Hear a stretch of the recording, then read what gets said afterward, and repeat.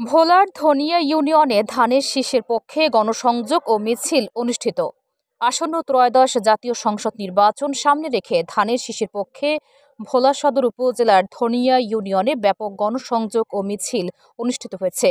শনিবার বিকেলে ইউনিয়ন পরিষদের মাঠ থেকে ধানের শীষের পক্ষে গণসংযোগ ও মিছিলে নেতৃত্ব দেন ধনিয়া ইউনিয়নের সাবেক চেয়ারম্যান ফেরদৌস বাহাদুর হাওলাদার ও সদর উপজেলা যুবদলের সদস্য সচিব বেলাল হোসাইন। এ সময় ইউনিয়ন বিএনপি ও তার অঙ্গ সহযোগী সংগঠনের নেতৃবৃন্দ উপস্থিত ছিলেন।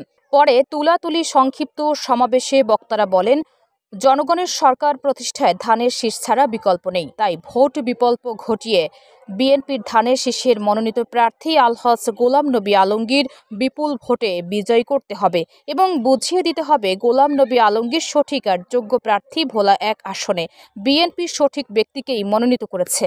প্রিয় ভাইরা, দুঃসময় আমরা দুর্গম পথটি আমরা রাজপথে থেকে একসাথে মোকাবেলা করেছি।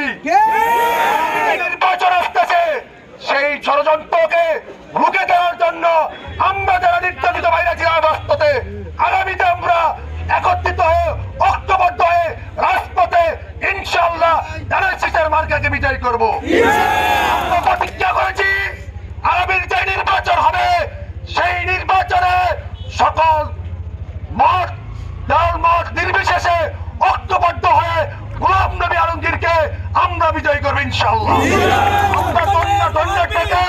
আমরা আমরা বিপুল ভোটের মাধ্যমে গোলাম নবী আলমগীরকে আমরা বিজয় করবো ইনশাআল্লাহ। আমরা ইউনিয়ন বিএনপি সহ অন্যান্য অঙ্গ সংগঠনের নেতৃবৃন্দরা যারা আছেন, বিশেষ করে যুবদল ভাইরা যারা আছেন, তারা হবেন বিএনপির ব্যাঙ্গার।